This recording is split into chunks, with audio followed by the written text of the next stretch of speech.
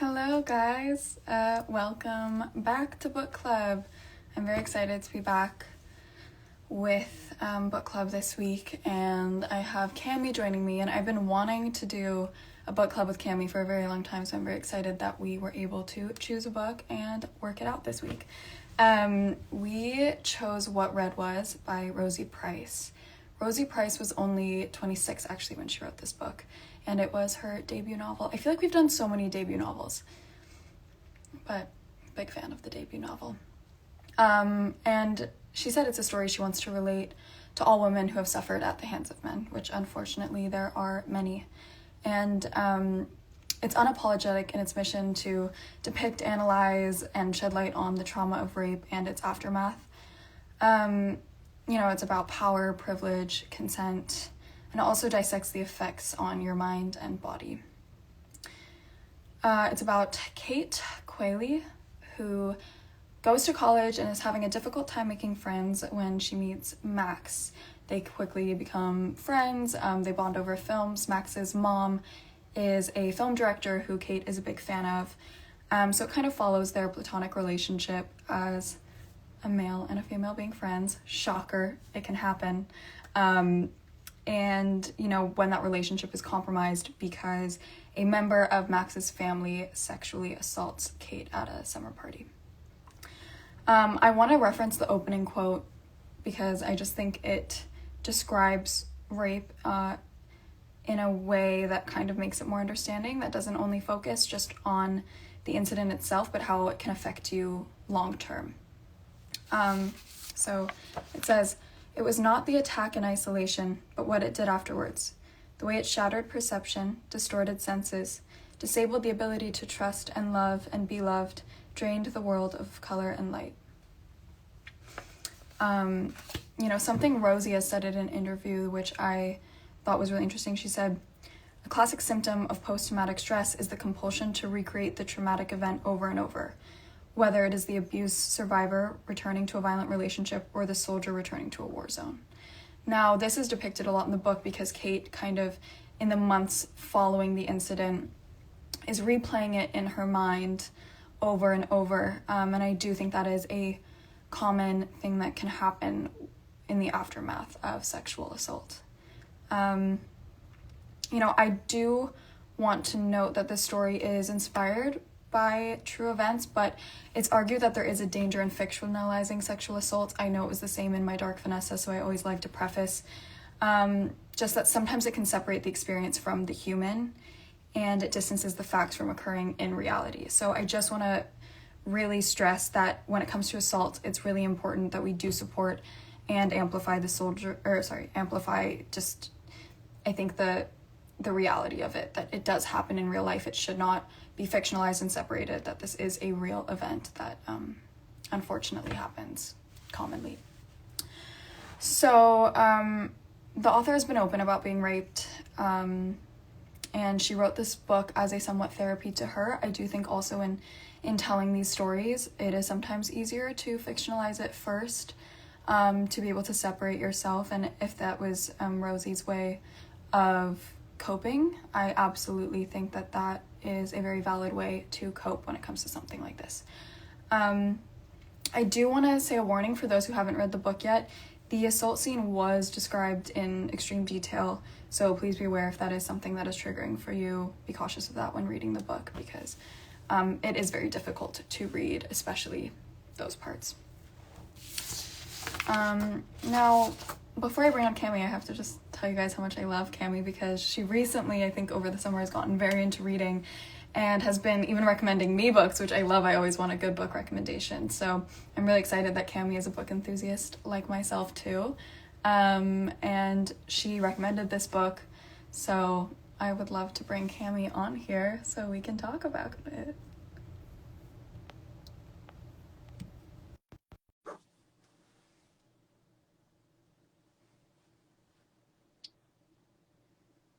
Hi. Am I on?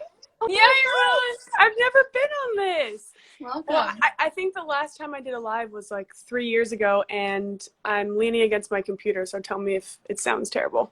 No, you're good. You're Okay. perfect. You're a professional.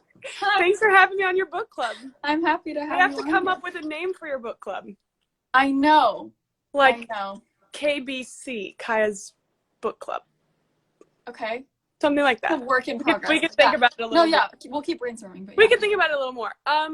Thanks for the introduction. I really liked everything you said. I am very inspired by your book club because I've actually read 4 of the books that you've told your followers to read. And I'm not as good of a reader as you are. You've been reading for years, but I just got into reading pretty much in quarantine. I hadn't read a book start to finish in 10 years since like the Twilight Saga, because I just feel like I'm always reading scripts, and right. I'm not reading a script. The last thing I want to do is like pick up and read more. I just want to get off my computer or get out of my room. So you told me to read Normal People in quarantine, which I did, and My Dark Vanessa, which we were just talking about, which ended up being one of my favorite books, and Where the Crawdads Sing, and all the books that you've told me to read. And I've fallen in love with reading, and I think I've read like 20 books now in quarantine. So I think I'm like on my way to becoming, I think you might be ahead of me, actually. I think I'm like on my way to becoming a reader. So I'm really excited. You're not on your way, Cami. You are a reader. Well, it was just hard for me to find a book. Like whenever I would pick up a book in the past couple of years, I'd start it, and then if I wasn't into it, I'd put it down, and then I would just never pick it up again. So I just think it takes finding a book or a subject that you really, really like. I realize that I have to like be intrigued with the book in the first 20, 30 pages, or else I put it down and I never pick it up again. Right. And I also think school can kind of give you a negative connotation with reading, because you're forced to read books that you don't want. And so I was the same when I finished school. I did not read for a very long time, and then I realized, oh, you can choose the topics, and if you don't like a book, you don't necessarily have to finish it. I am someone that does have to finish it. But you find, I know, but you do find kind of the genres that intrigue you, and you can stick with that. And so I'm very happy.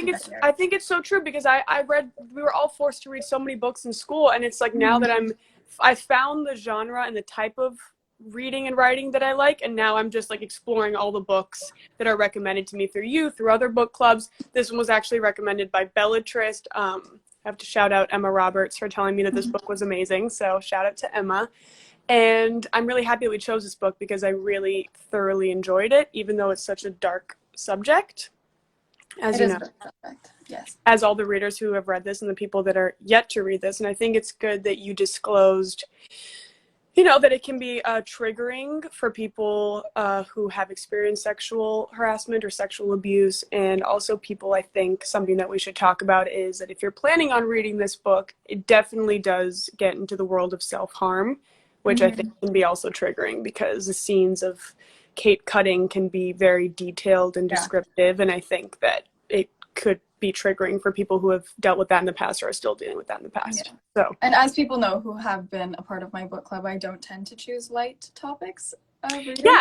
I don't really seem to like light books either. I like My Dark Vanessa, where things go terribly wrong. It's drama. But sometimes it's easier to then talk about things that are normally hard to talk about when they are presented in literature. And it kind of forces those conversations to happen. So I'm very happy that you recommended this book, because there are a lot of...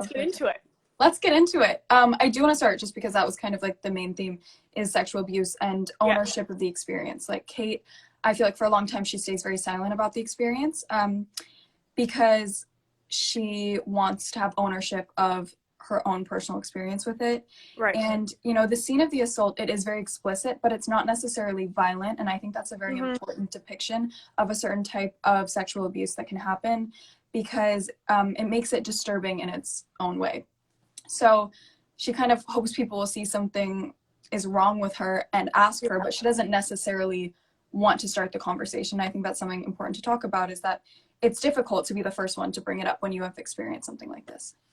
I think it's also, it's interesting, because Kate leaves little like crumb trails where she wants people to ask her, but then when they do, she shuts down and she doesn't answer the question. Right. So it's like Max will ask her, everything but, who the person is, and she'll get close to being able to say it's Lewis, and she'll say it's a stranger, I will never see him again in my life. So it's like she kind of wants people to ask, but I feel like when they do come close, she just retreats and then gets afraid, because it's like this thing that she'll no longer be able to control and own, and it be her private private experience, and it's then in the hands of someone else to make what they want of it. And she even said this quote, I don't remember what point in the book it is, but it was, you know, once that experience is no longer mine, the fear of someone else not believing it Mm-hmm.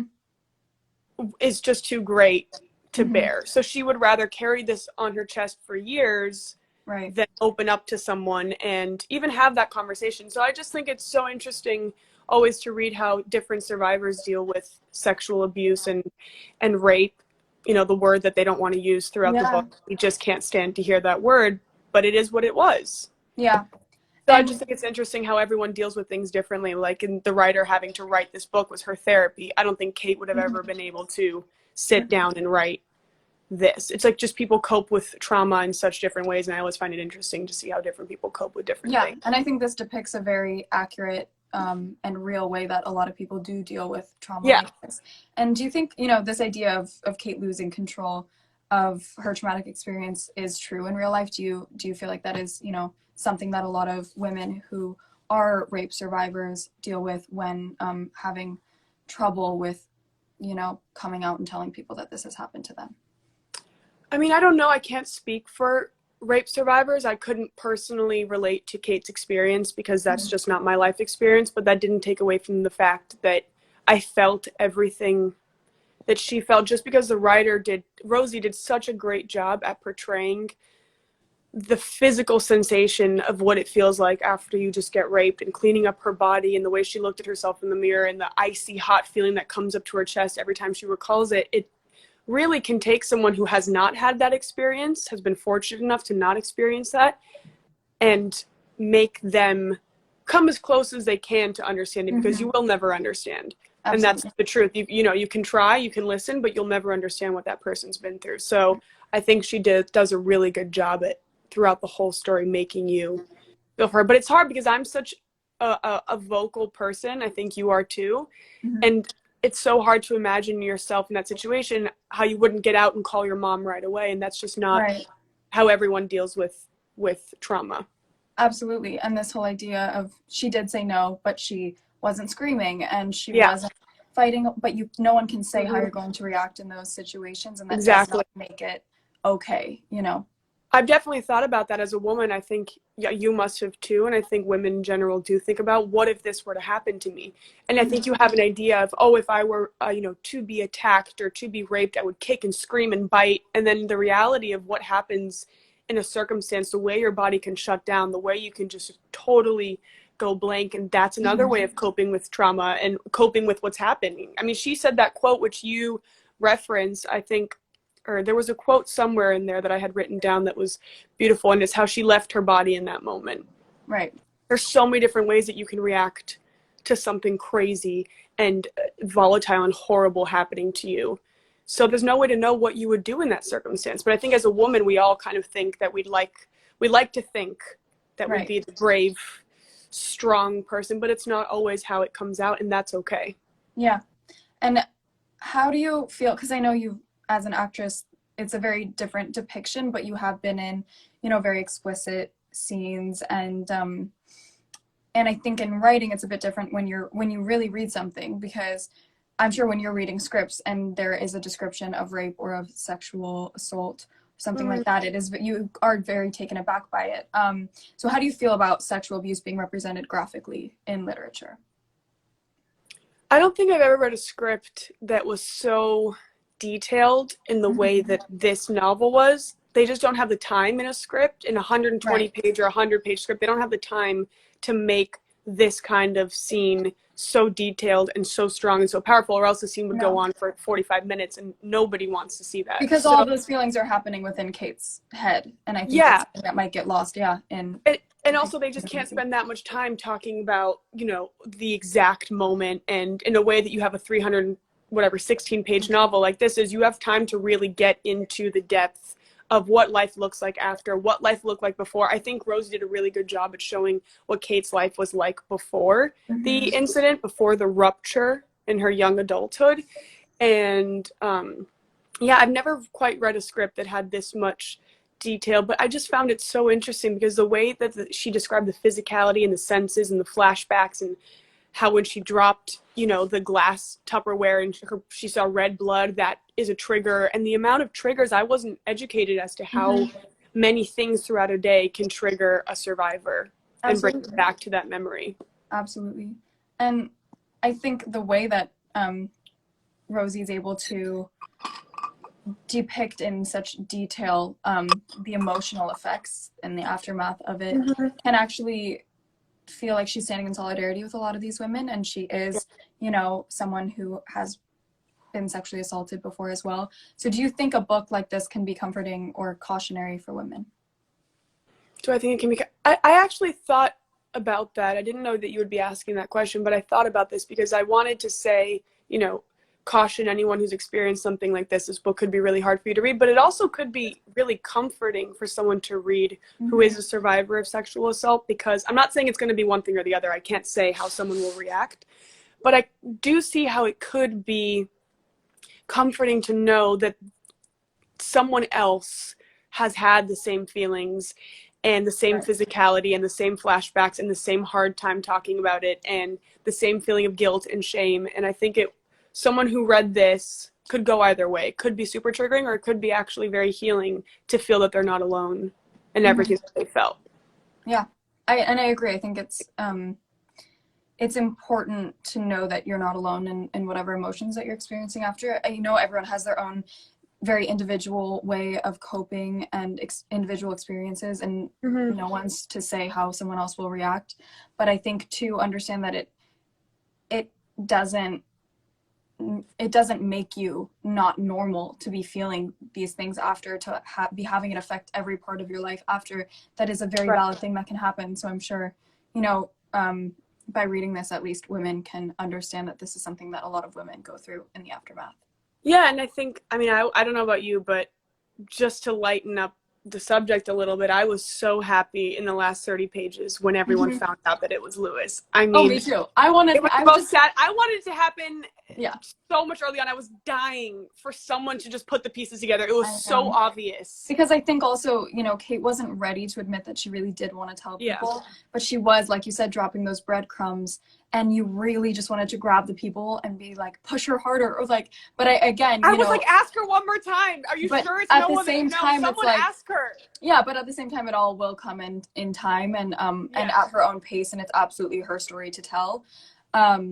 I actually didn't know that they were gonna. I actually, by page 250, was like, no one's ever gonna find out, and Lewis is gonna die with the secret, and so is Kate, and that made me frustrated, obviously, because I wanted Lewis to have to be held accountable by his family or by the law or whoever it is. Absolutely. So I was getting frustrated because I was like, I really hope this book doesn't end and Lewis just gets to get away with this for the rest of his life. 100%. And I also think, there is a danger in staying silent when this could happen to other victims. Right. And so that's what Zara said. A big part, and Zara also said, careful who you tell, but then she kind of followed up with, but you have to think about if this person is harming other people, right? You do feel a sense of responsibility for, naming them and holding them accountable for their actions. It's interesting because Kate didn't see it that way, and she said something like, it's not my problem. It's not my responsibility. Which is an interesting reaction. It's not right or wrong, but I understand Zara's point in having been a rape survivor herself to try and say, hey, I wish I could have gone back and done it differently. Because I think there's a point in which Zara's rape survivor is dead, and she basically buried that with him, and she was never able to confront him or, hold him accountable for what he did. And I think there's a little bit of like a sense of regret of not having done something when he was alive, when she had the opportunity. And there also is something in having this experience happen with someone that you do know and someone that is still then around you. This is someone that Kate has to face quite often. And that is a completely different, part of sexual assault, is when your abuser and then have to face them. And Kate is constantly afraid every second of every day that she's going to see this person and that he's going to harm her again. And I think with Zara, having her abuser be dead, it's not something that is constantly on her mind. Obviously the trauma of it doesn't go away, but I think that fear that he's going to do it again has lifted from her. I think it's also nice to see Zara, who is, you know, whatever, 20 or 30 years older than Kate. This happened to her when she was 19, so around the same age as Kate. And to see how she's been able to have a family and a successful work life and a husband, to see that you can recover from these situations, you can live a full life, you can heal, you can go to therapy, and there is light at the end of the tunnel. So it's kind of like Zara is a representation of what Kate can be if she continues to heal and work on herself. But it is, I mean, for that to happen to you at 19, or like it did at Kate in her early 20s, it's a rupture in like some of the most important developmental years of your life, if you look at it from a therapist standpoint. Absolutely. And I think when Kate says, you know, everything is kind of like before this event and after this event. And it is a very, it's a colossal thing to happen. And to then measure your life in before and after this horrible thing that happened to her, it definitely feels very earth-shattering. And you feel so much for Kate, you know, being able to meet and get to know her before and then to see how she changes afterwards. It definitely, as a reader, you're heartbroken alongside her because you see how it really does affect her mood. She gets depressed, she starts self-harming, and but then you also see through therapy how she begins to get better and better, which is also, there is faith in this book. Do you think, I have a question for you, do you think that Lewis really doesn't think that that was not consensual?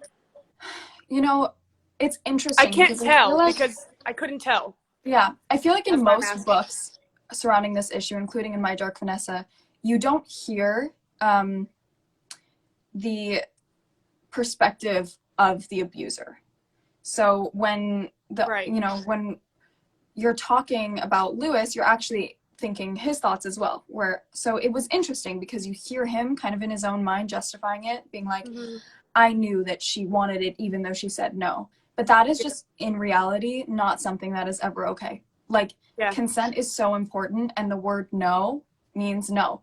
She also said, I don't want to fuck you. Yeah, in exact words. So I think even if he's like, they didn't know each other, they didn't, it's just completely, he heard those words and did it anyways. So even however he wants to justify it in his own mind, I think he does know that it was not consensual very clearly, because I mean, Kate made it, literally, it was so black and white. She said, no, I don't want to do it. And then he even said, after he did it, he said, I know what kind of girl you are. You want to pretend that you don't like it, but you really do. And that's as if not that's his right. Yeah, as if that's his decision or right to be able to say what Kate does want and what she doesn't want, how she's pretending she doesn't want it, but she secretly does. It's just not, it's not his decision to make. Her consent is her consent, he does not get to decide. And so I think, you know, it's interesting to hear his standpoint on it, because normally you don't get to hear the thoughts of the abuser. Right. Kind of the villain in all of this. But even in reading, I think it's his way of trying to justify it, but I do believe that he knows. I did like this English sense of humor that comes out throughout the story, because I feel like with Normal People, and a book that we both love, Conversations with Friends, like one of our favorite books, there's such a thing in, although they're Irish, it's kind of like they all have that dry sense of humor. Yeah, that sort of sarcasm. And it reminded me a lot of Normal People in the sense that, like, I know we were texting about this being like, is this Normal People in the first 100 pages? It's Connell and Marianne. It's Connell and Marianne, but I think it's the opposite, because I think Max is Marianne in terms of like being the upper class, wealthier, and your family looks put together but is secretly falling apart. Right. And I think that Kate is more like Connell, with the single struggling mother, you know, lower financial class. And it's interesting because both of those authors made a really big point to talk about the financial class distinctions. It's a huge underlying theme in this. Yeah, they bring it up a lot in this. They bring it up a lot in Normal People. It's like one of the bigger things. So I thought that was interesting. And I also, what I really liked about both Normal People and this was that this one was platonic between Kate and Max, but they're both just really beautiful friendships. Like Marianne and Connell, their relationship started based on having like a really good, healthy friendship. Right. Which I really like is two young college kids. This is two young college kids. And throughout the whole point of the whole story, they're going to end up together. They have to. But I love that they didn't do it. And that literally is perfect for my next question for you. Because I was saying, like, they do have a strong relationship. And when I Yeah. started reading it, it reminded me so much of normal people. So Yeah. in my mind, I was like, Max and Kate must end up together. And when they actually ended up keeping it platonic and did not end up together, I kind of had to check myself too, because I was like, I'm one of those people that assumes that men and women cannot have platonic friendships. And I was kind of glad actually to see that they could stay in a very strong relationship with each other and continue being platonic. And I wanted to ask you if you were also happy that they ended up staying platonic, or did you kind of want them to end up together? I mean, the like romance, Yeah. corny cheese version of this book would be like they fall in love and end up happily ever after, which of course I'm always for. But I was actually really happy to see a book where it wasn't like the cliche ending where they end up happily ever after, and to show that it is 100% fully possible for a man and a woman to have a friendship that is platonic and that they just really love each other. But I think Max and Kate are in love, but they're in love in like, you're my soulmate. I don't want to physically be with you in this life, but like no one in life will ever understand me better than you do. Yeah. But I think that at some point between a male and female friendship, there just happens to be usually one person in the friendship that would want it to be more, whether that's a phase and it comes and goes. But there's always someone who at some point is sexually attracted to the best friend, or the guy's attracted to the girl, the girl's attracted to the guy. Doesn't mean anything happens, but I definitely think in male and female dynamic, there's always someone who would allow it to happen if it started happening. Right. And you know I mean? even when Kate she describes missing Max, and she's like, yes, I miss Andrew, her boyfriend at the time, physically, but like with Max, it's like I could almost cry at any point that he's not here. And that Max is her soulmate. He fulfills her in a way that Andrew doesn't. And he'll never, I don't think Andrew will ever understand Kate in the way that Max does. No. But I want like a best friend like that. I would love to have a male best friend who is my soulmate, and you know, nothing ever happens. It's platonic. I mean, I do have a couple. Most of my male best friends are gay, so I guess that wouldn't happen anyway. But who knows? Yeah. And I also think the fact that they can remain friends despite this like underlying theme of class. So I want to talk about that. Like, how do you think class played a role in this story, especially in Kate's, you know, staying silent? I think that was a very intimidating family to come out against, not just because they were wealthier, but because the mother is so successful and the brothers are so tight-knit. And even, you know, William is having a hard time at the end believing that Lewis did it, even though everyone in his family is saying they did. So I don't know. I just think it would be intimidating to come out, period. And it is a family that she's very close to, regardless of class. And she said the only reason she really doesn't come out is to preserve her relationship with Max. Like, that's how much she loves this person. She would rather hold a secret, carry the burden for 2-3 years, have anxiety attacks, panic attacks, cut herself, than risk the potential of ruining this relationship with her best friend, which I think is beautiful. I don't know if it necessarily was the healthiest choice. I'm not going to judge that. But I don't know. I would think it's scary to come out, period. I think it's terrifying to come out and say your best friend's cousin raped you in a party in his house in his mother's bed. And she's now close with Nicole. She's now close with Zara. But I do love Zara. Zara's kind of like just the most amazing, I think, kind of mother figure to. She's more of a mother figure than Allison is. Yeah, absolutely. And I was very grateful. I was grateful that she could kind of find comfort in Zara and solidarity, and that Zara encouraged her to get help, especially, you know, getting into the issue of self-harm, which was definitely a very difficult part for me to read, the way that it's depicted so realistically. And there's a quote that says, she pressed down on the glass, pushing it through the soft skin on her thigh, driving it in a swift line. Only when blood began to beat on the glass's sharp edge did she exhale. So this was shown in a way as a coping mechanism, but also as a side effect and a result of dealing with trauma. You know, what was your reaction? Because I think part of it's not always something that's discussed as a reaction or a way of coping with Yeah. a traumatic experience. So how is it for you reading this, realizing that this is sometimes part of people's coping mechanism? I don't know about you, but when I was 13, 14, and kind of entering high school, a couple of my girlfriends, all in the matter of a year of like becoming young women, a couple of them started cutting themselves and self-harming. And I remember two friends distinctly that I remember just being totally freaked out at 13, 14, not knowing how to handle that. And it's interesting because when they tried to describe why they did it to me, and I asked them, and I was crying, and I was telling them to please stop, and that I was going to tell their parents I needed help. I mean, I was only 13, 14 dealing with that. But it's interesting because I feel like that's the age that young women start to experiment with anorexia, bulimia, body dysmorphia, self-harm, cutting, drugs. It was just so interesting to hear the reason that they did it and the physical release of pain that it gave them.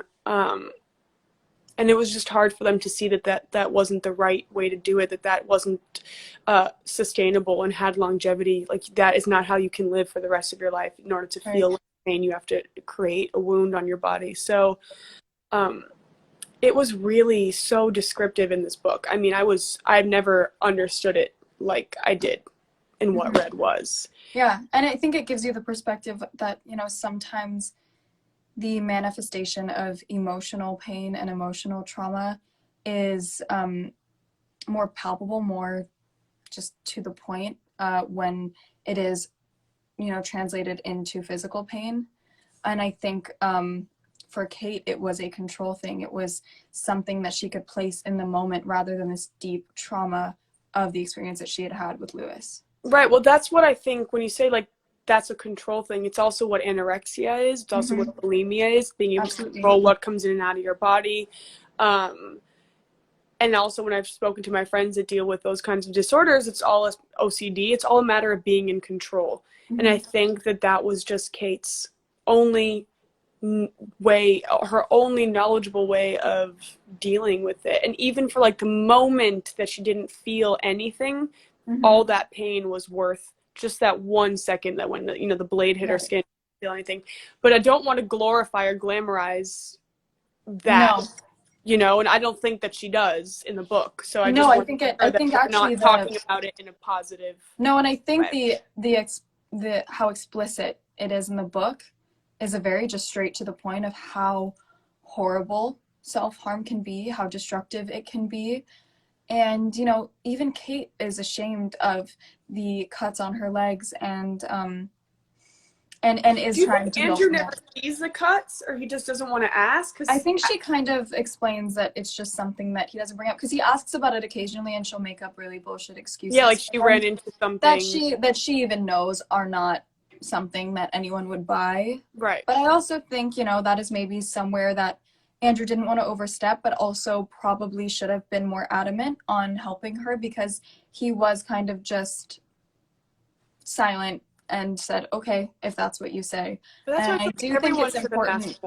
Yeah, when you see someone in your life struggling, you know, sometimes people don't speak up because they're afraid it's going to be uncomfortable, but these are the conversations that can actually save someone's life. And absolutely. I do think it's very important to be very aware of the people around you, their mental state, their physical state. You know, she gets really skinny as well, which is another control thing. Yeah, and Nicole and everyone's telling her, you look great. You look really great. And I do think it's very insensitive to just kind of nod and say, okay, when you know someone is not. Right. You know, not to say that you should push, but I definitely do think that the people surrounding her, you know, Zara did push her, and it ended up really helping when she went to therapy. And I do think Andrew, as her boyfriend, you know, you want to be there for someone, but you also really want to help them. When you see someone struggling, you should definitely, I think it's important, even though it's uncomfortable, to speak up. I think that everyone in this book could have spoken up more, could have asked more questions. You know, again, you don't know how you'll deal with it. I feel like I'm a very vocal person. I feel like you are too. So I would want to know who did it, what time, go after them, you know? Right. What you want to do for Lewis, as like, I know you were the same, like as we're reading the book, we're just like, Yeah. I just want to find Lewis. I just want to contact Max and be like, you need to ask more questions. He's living and he's in your family, just so you know. But I think when you were talking about that, it also kind of reminded me of this pandemic and the time that we're living through. And, you know, in the news, there's been a couple of these suicides lately and depression and stuff happening during this global pandemic. And this is a really hard time for people who, it's a hard time for everyone, but it's a really hard time, especially for people who suffer with anxiety, depression. You know, it's just an important time to check in on people who you know are alone, check in on people who are going through a hard time, check in on people who, you know, have a tendency to kind of retreat and be more introvert. Yeah, it just kind of reminded me of that when you're talking about that, because this is a hard time, and I think that people who have these tendencies don't thrive in a time like this. You know, it can go the opposite way. Absolutely, and I think we too often assume people are okay, and we don't actually ask. And yeah, this whole pandemic has really reminded me to check in on people. And not just say, oh, how are you? But be like, how are you feeling? Like, how is your head? I want everyone to know that I'm there for them. And I know it's really difficult to ask for help, so I always kind of try to offer it so that, because I know even Kate says she wishes people, like, notice that she's okay. And I try, especially reading this book, it reminded me, like, it is also our responsibility to check in on the people that we care about and notice when something is not right. Sometimes we just are like, oh, they seem a little off today, but I don't want to, you know, overstep. But sometimes you do have to overstep, and that's actually what those people need and want, and the most beneficial for their safety. Right. You also can't feel like you're responsible for everyone and like anything that happens is your fault, because it isn't. You know, I think a lot of the time when people lose people to suicide or, you know, people are going through a hard time, they make themselves feel very responsible for it. And like, I should have checked in on them more. I should have asked them more. I should have invited them more. I should have been there for them. How did I not see the signs? And I think it's impossible for someone to expect that or anticipate that. But yeah, just kind of a good life lesson in this pandemic is just to check in on the people you love and say, how are you really? Like, is there anything I can help with? Do you want to talk about anything? Which, you know, I wish more people had done for Kate in the book. Yeah, I think it's just important to know, you know, we're not doctors. We can't save people's lives, but what we can do is offer a shoulder. We can offer ears to listen. 2 shoulders to cry on. 2 shoulders. But yeah, and I think talking about, you know, this idea of the trauma that eventually causes Kate to self-harm, you know, when the truth about Lewis comes out and Kate's sort of unbearable suffering is finally shared with the world, what she's been going through, or at least with her inner circle, readers are confronted with some open questions about trauma. You know, who do you think carries the burden of pain? Is it family? Is it friends? You know, or just is it, you know, you're isolated within your pain? Like, I feel like Kate, because she didn't come out for a long time about what had happened, I think I felt very isolated in her pain. But when she did come out, how do you think, you know, someone like Max feels not having seen that? Sorry, I realize that I'm very fidgety now in this live. Oh, look at that.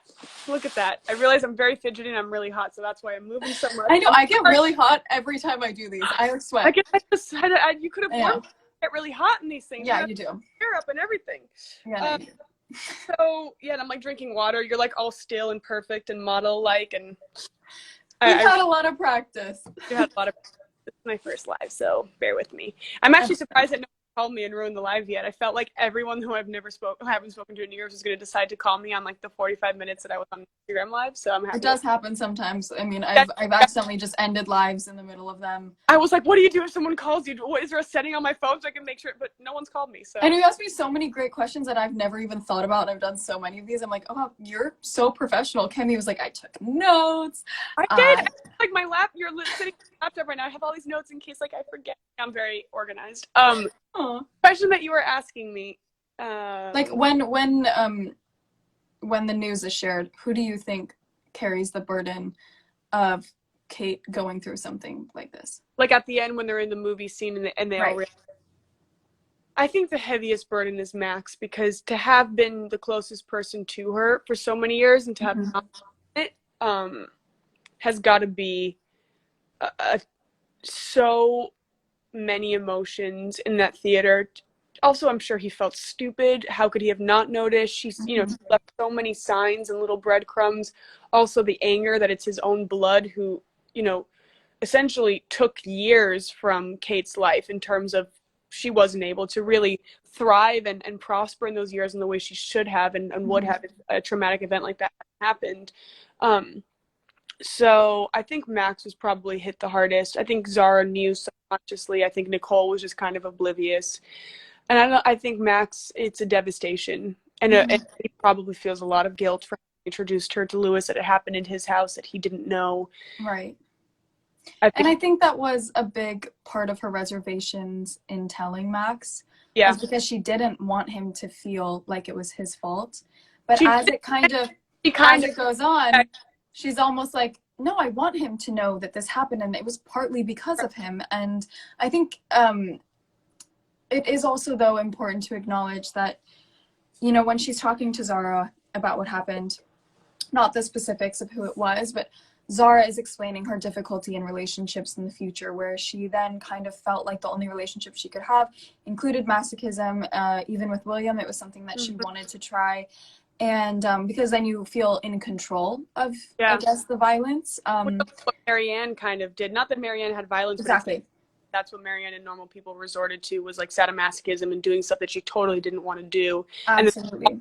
you know, we're seen when she tried to bring it back to the bed with Connell and it just didn't translate. Exactly, and it didn't translate. And so I think I was very glad to see her relationship with Andrew be very, you know, it seemed very respectful. And while she struggled a lot in the beginning to open back up, especially to a man, after being so horribly abused and hurt by one, I do think it was really nice to see that she could have a normal relationship that did not include violence, especially sexually, and that she slowly did begin to find herself again and see that she deserved, you know, a beautiful, wonderful relationship. And I Yeah. did like to see that sort of way of depicting the relationship that she had after the assault.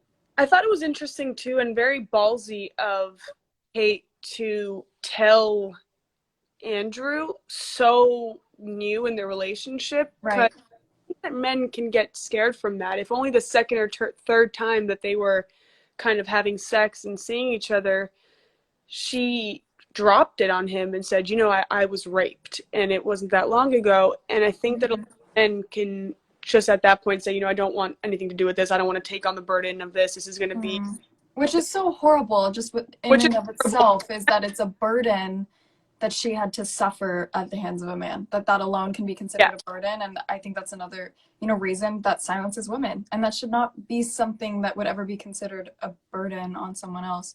So I think it was very brave of her. I love that Andrew, it was so brave of her, because that can scare a guy off in the first, not like they were dating for 3 years and she dropped that bomb. It's very beginning and, you know, very ballsy of her to open him like that. And I really like the way that he reacted, and I love that he took her for who she was and was delicate when Yeah. she could be delicate and knew how to treat her. Yeah, and I do think it's very important because when you do, I mean, just in general, but especially for people who have experienced very traumatic sexual experiences, to be very open about them with a partner, because you do want to feel safe, especially, you know, in circumstances like that. And so in being open, I thought she did create room, you know, and it could have gone one of two ways, but she created room for Andrew to be understanding and safe and careful and delicate with her, and he did that. And so I was happy to see that there was a world in which that existed. Yeah, I was really happy with Andrew and his character and how he handled it. I'm very proud of Andrew. I And know. kind of like the good, consistent, supportive partner throughout. I wonder what it had looked like if her and Max hadn't been platonic. Mm-hmm. I think it would have made I it know, look because part of me, when she got with Andrew, I was kind of so like, no, but she'll still end up with I know, I felt Max. that, and then I was on page 315 and I knew I had one page left, and I there know. but you know what? But It's she can great. still be in love with him. I think they are still in love with each other platonically, and that is, you know, that is still as important, if not more, because they have that stability of each other. Yeah. But I did find it interesting that it doesn't really talk about any of Max's partners at all in the book. Oh, I didn't even think about that. That is true. You know, he has his friend, Yeah, Elias. Elias. Yeah, yeah. Or Elias. Elias. Elias? And also, Max was getting pretty heavily into drugs, and no one's talking about the fact that like Max is doing lines at 10 in the morning in his parents' house. Right. Interesting. Max is like going through something that Yeah, and I almost think it'd be interesting to have this book told from Max's perspective, and kind of the struggles and the things that led him to, you know, doing drugs and down that road. And it may have just been influences. It may, you know, not be something as crazy and traumatic as what led Kate into her depression, but that is something definitely to be addressed, and how different people cope with different things. And it was also something else that I hadn't seen in a book was there was a lot of like principal characters. I mean, there's like Allison. No, Alice Dare. Lewis's dad. Alistair, yes. Well, that's Lewis's dad. Lewis's dad, and then there's William, and then there's Rupert, Uncle Rupert, and then there's who also struggles with addiction. And then Zara, and then her mom Allison, and then Nicole, and then Shona. Yeah. And there's like so. But it does really depict the complexity of families, because that is very accurate. You know, like there are so many different characters in a family that don't always add up, and so it was interesting to like let all of those characters have their moment, because I really do feel like they kind of take time on each of the characters so that you kind of understand the family dynamic, and that it's not a big happy family like they appear, and there is depth to their family. You're going to read, I know I've already asked you this, but I know you're going to read Three Women at some point. Yes. And it's a really great book, and it's interesting because what happened very subtly in this book was that it flip-flopped between all these different characters' point of views in what Red was. Like, there was one chapter where it's Lewis's point of view of what happened that night, but they never like distinctly describe that they're going from each character's different point of view. You'll see in Three Women, it reminded me a little bit of that, because Three Women, like each chapter is a different character. As much as I love a first-person point of view, I think there is something very interesting about getting everyone's perspective, and you realize how different people's realities are. Yeah. I really like that kind of reading. If you have any more books because it's just so interesting. It's like there's his story, her story, and the truth. You know what I mean? Right. And so you'll see in Three Women, I like that. It's not all these different people's perspective of the same story, but it's different stories. But I did like how in this book she kind of tapped in, and everyone got to tell a little bit what they were seeing from the outside, even if it was only brief in a couple pages. Right, absolutely. Well, I'm so happy that you did this with me. I'm so happy. Thanks for having me. You have been like the most, let me tell you, out of everyone I've had on here, you've been the most prepared. You asked me questions all week. You were showing me what page you were on. We were keeping up. I want to be a good book club guest. And let me tell you, you are 100% invited back, because the preparation that you did is like, I did my makeup for this. I haven't done makeup in quarantine, and I had like something to look forward to. Kaia, you give me like a reason to put myself together semi. I mean, well, that's why I do this every Friday, because it's the one day a week that I actually like shower and do my makeup. That's pretty gross, but yeah. I shower other days, but I am happy to be your book club guest at any time, and maybe we can do something a little lighter next time. Although this was a beautiful book, we'll do something fun. You know, I do love like a light. And that's why the book Cami recommended, The Light We Lost, to me, which I'm definitely getting into, and I'm very excited to have kind of like sort of a guilty pleasure read is what I've kind of heard. If you do that book and you want me as your guest, I will be back again, because I just cannot wait until you hit the last 50 pages. I think my mom is watching this live. Mom is in here. Hi, Mom.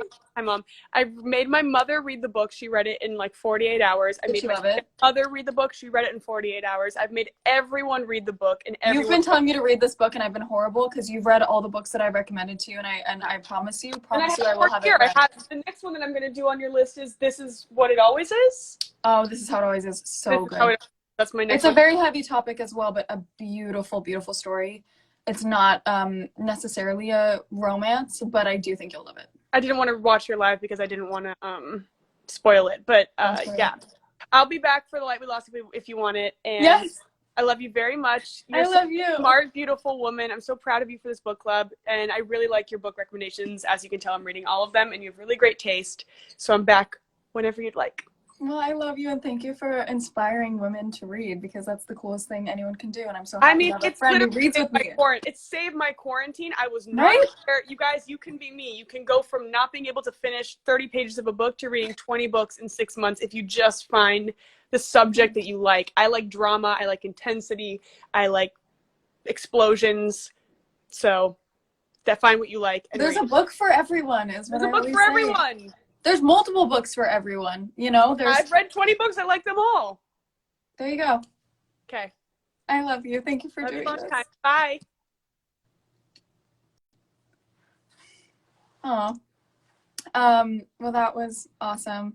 I love Cami so much. She's so wonderful, and just to have a friend who as interested in literature as I am has been wonderful. We've talked about so many books, so to actually be able to do a live with Cami was amazing.